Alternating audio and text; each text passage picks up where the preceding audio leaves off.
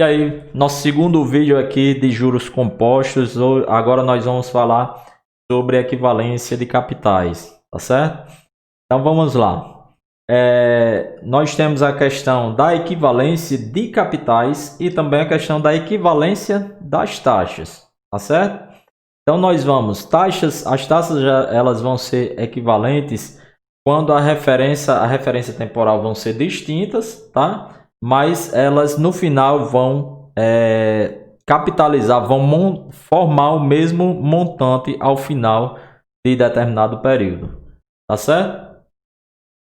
Já quando eu falo em capitais equivalentes, nós vamos ter capitais em diferentes períodos e diferentes valores, mas que quando são ou descapitalizados ou capitalizados a determinada data, eles acabam sendo iguais, idênticos naquela determinada data, tá certo? Coloquei o textozinho aí, vocês fazem a leitura desse texto, mas em resumo é isso que eu falei até aqui. Então vamos já para o próximo slide, né? Eu vou só colocar aqui, pessoal, uma canetazinha para facilitar aqui, tá bom? Vamos para o próximo slide. E nós já vamos dar um exemplo aqui de equivalência de capitais, certo? Então vamos para o exemplo. Acompanhe aí. O conjunto de obrigações capitais de determinada empresa segue conforme montantes de capital e mês de vencimento no quadro a seguir. Então tem um quadro aqui abaixo, já vocês podem conferir. Nós temos a relação dos meses de vencimento, então tem o mês 1, mês 2, mês 3, mês 4, e nós temos os valores de montante. Montante no primeiro, para o primeiro período, para o segundo, para o terceiro e para o quarto período, certo?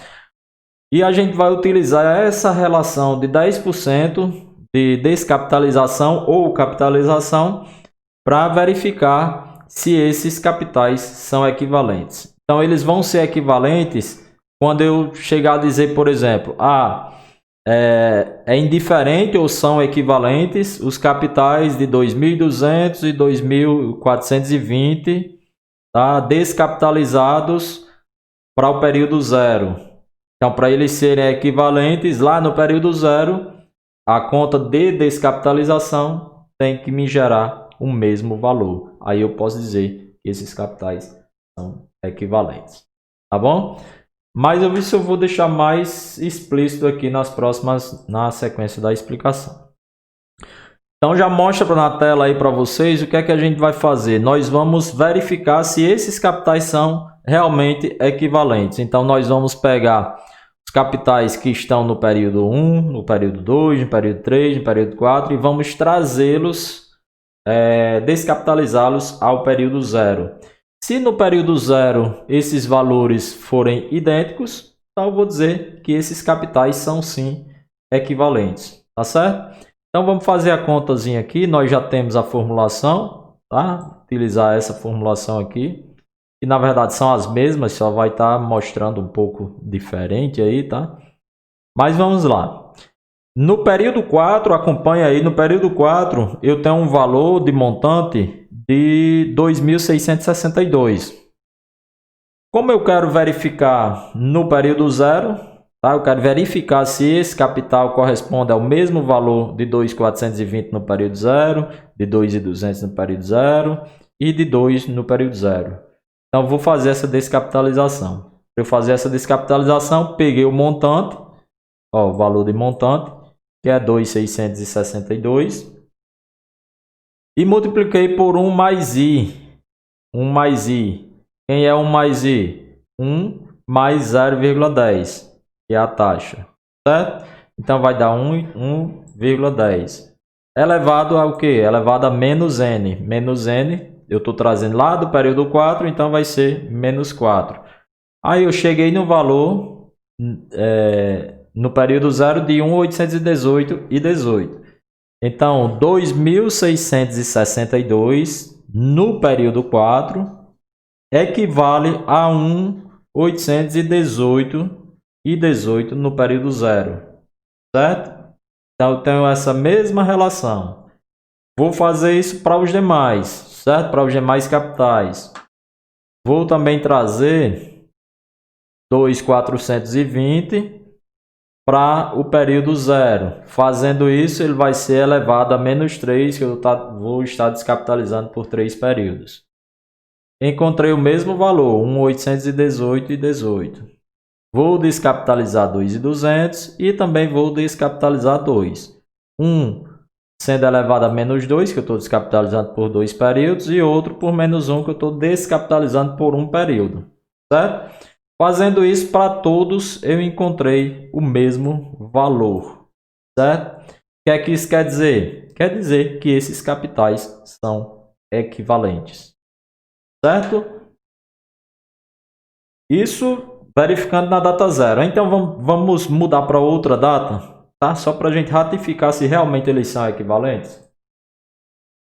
Então vou pegar os mesmos capitais agora e vou fazer uma avaliação nesse período 2. Tá? Fazendo essa avaliação, 2.662 descapitalizado por 2 períodos, eu vou encontrar 2.200.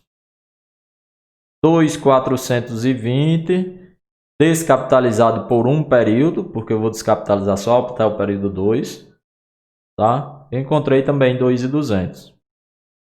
2.000 capitalizado para o período 2, tá?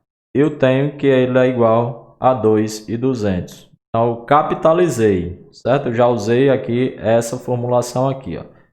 Tá elevado somente a 1 e não a menos, porque eu não estou descapitalizando. Bacana? E 2.200 no período 2 já é 2.200. Então, nem faço a capitalização, nem a descapitalização. Ratifiquei aqui, confirmei que realmente esses capitais são equivalentes. Essa é a equivalência de capitais, certo? Eles vão ser reduzidos à mesma taxa, tá? Para a gente verificar se eles são capitais equivalentes. Eu não posso, por exemplo, fazer a descapitalização a taxas diferentes. Vimos a questão da equivalência de capitais e agora a gente vai ver a questão da equivalência de taxas, certo? Então, eu coloquei um exemplo aqui para tentar ser mais objetivo nessa relação da equivalência de taxas. Então, vamos para o exemplo. Um capital de R$1.000, ele foi aplicado a taxa de 10% ao mês. Calcule o montante obtido na capitalização simples e na capitalização composta, certo? Aí ele me dá períodos de capitalização para 15 dias, para 30 dias e para 45 dias. Só que ele está me dando a taxa, em meses, né? Está me dando a taxa aqui ao mês, tá? E ele está me pedindo períodos a 15 dias, a 30 dias e a 45 dias. Certo? Então, o que é que eu tenho que fazer? Eu tenho que ir buscar uma equivalência de taxas. Eu tenho que ir buscar uma equivalência de taxa ao dia que seja igual a essa minha taxa ao mês. Que seja equivalente a essa minha taxa ao mês. Então, nesse exemplo aqui é que a gente vai conseguir calcular essa questão da equivalência de taxas. Para juros simples é muito objetiva, muito rápida, certo? Para juros simples, o que é que eu vou fazer? Eu vou simplesmente pegar a taxa e dividir por 30. Porque um mês tem 30 dias. Então, pega a minha taxa que está ao mês e divido por 30. Aí eu já faço essa minha equivalência. Então, fazendo essa minha equivalência dessa forma, eu já vou ter o valor calculado para 15 dias de juros de R$50. Tá certo? Agora vamos trabalhar agora juros compostos, né? Trabalhar agora juros compostos.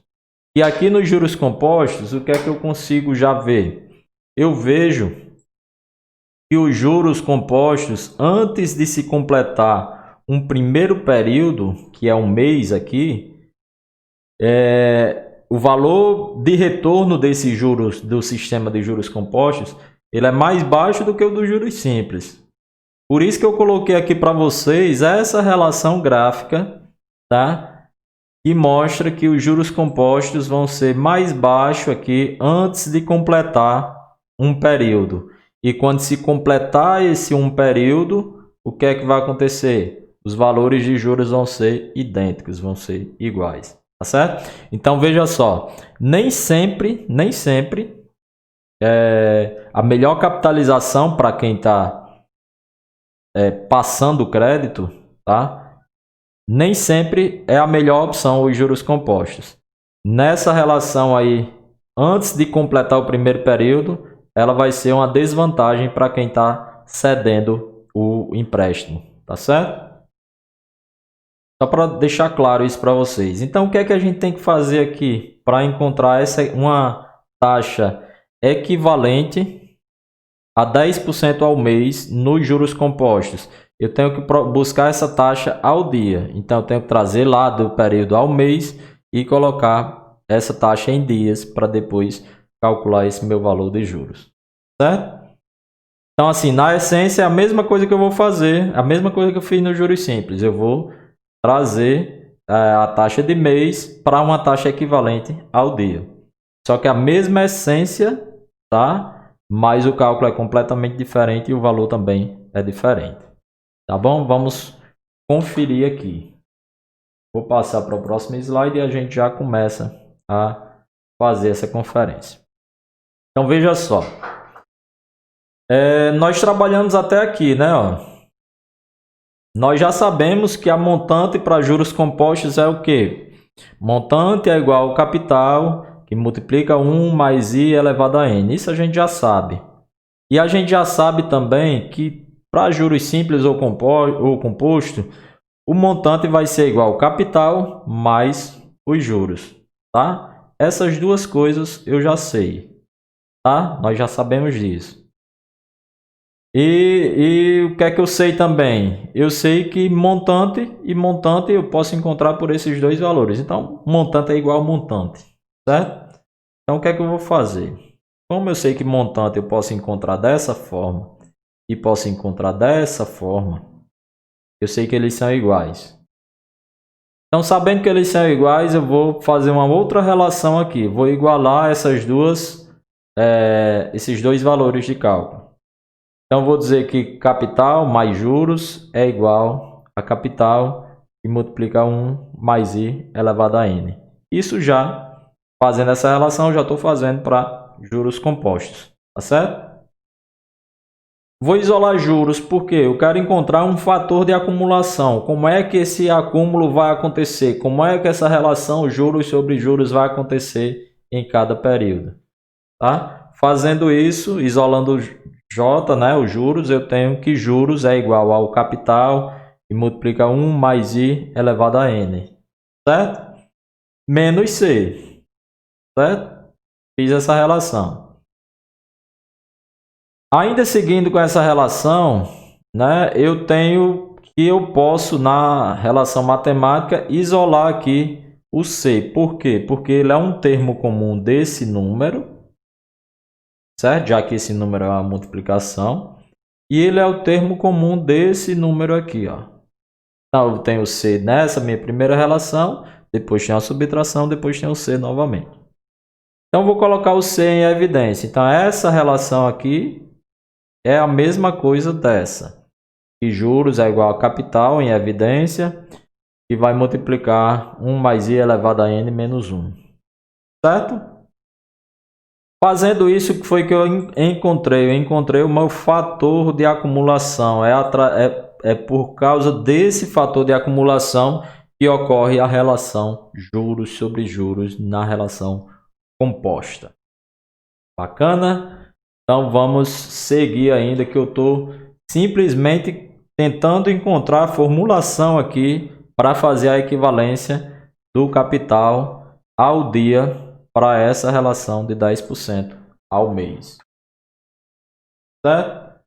Então vamos lá. Tem um fator aqui de acumulação e eu posso ter duas situações para encontrar a minha equivalência. Eu vou ter relações temporais da taxa que vai estar num período maior, numa relação temporal maior, e que eu queira uma relação temporal menor.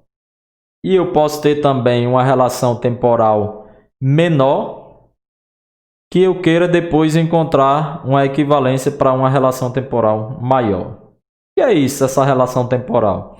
Muitas vezes eu digo que eu tenho, por exemplo, uma taxa de 5% ao mês. Qual é a equivalência dessa taxa ao mês, relação temporal ao mês, para uma taxa ao ano? Então, estou saindo de uma relação temporal mensal para um anual. Então, estou saindo de um valor menor para um valor maior. Tá certo? Então, eu vou ter... E eu tenho essa opção também de sair de uma relação maior para uma menor. Então, eu vou ter essas duas situações para buscar essa equivalência de taxas. Ficou claro? Então, o que é que nós temos aqui? Deixa eu só procurar aqui. Pronto. Achei aqui. Então, o que é que eu tenho? Quando eu estiver na situação 1, em que eu tenho uma taxa menor e quero encontrar uma relação temporal maior, eu vou utilizar o fator de acumulação na forma que ele está aqui. Tá certo? Que ele já está representado aqui. Quando eu estiver na situação 2, em que eu tenho uma relação temporal maior e busco uma relação temporal menor, eu vou elevar ao inverso desse número. Então, vai ficar 1 sobre n. Tá? Nessas duas situações, só ocorrem essas duas situações e aí eu consigo resolver tudo de equivalência. Tá certo?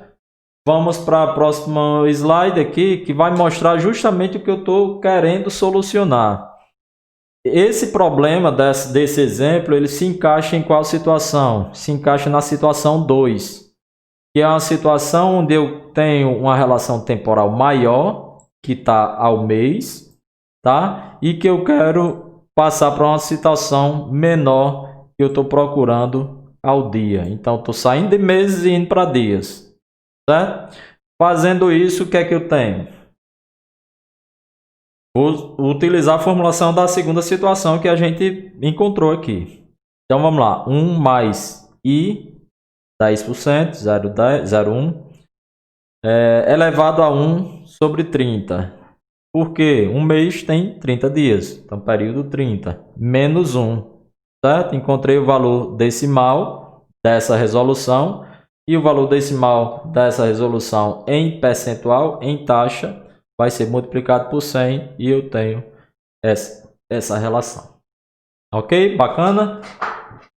Foi que eu encontrei até agora? Encontrei a minha taxa equivalente. Certo? Encontrada a taxa equivalente, eu vou lá na minha formulação de juros e busco o valor de juro daquele período. Então, fazendo toda essa relação aqui, tá? De substituição, capital de 1.000, 1 mais a taxa em decimal elevado a 15, que eu quero para 15 dias, não é isso? Eu vou encontrar um valor de juros aí de 48,81 e eu consigo resolver essa minha questão.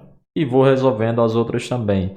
E consigo identificar que realmente aqui para juros compostos, antes de completar o mês, tá? Os juros compostos ele vai ter um valor final de montante mais baixo do que na relação de juros simples. Bacana, tranquilo. Existe a formulação geral, né? Que eu coloquei aqui, que vocês podem também trabalhar com essa formulação geral, mas é exatamente o que eu passei até aqui, certo? Que é a formulação que muita gente utiliza aí. Que é a taxa que eu quero é igual a 1 mais a taxa que eu tenho elevado ao período que eu quero dividido pelo período que eu tenho menos 1 vezes 100. Então, vocês vão ver que essa relação é idêntica, né? Na minha formulação lá, eu encontrei decimal e multipliquei por 100 também. Então, a gente vai ver que acaba sendo a mesma coisa. Só que aí, nesse passo a passo que eu fiz, vocês conseguiram ter essa compreensão da relação juros sobre juros e de como eu faço essa relação de equivalência de capital. Tá bom, pessoal? Beleza? Fechamos aqui nossa aula de juros compostos. Depois a gente segue aí na nossa disciplina, tá bom? Então, mais referências aí os livros que estão sendo utilizados aqui e que vão ter resoluções de exercícios nesse canal também, tá bom? Valeu, pessoal, até mais.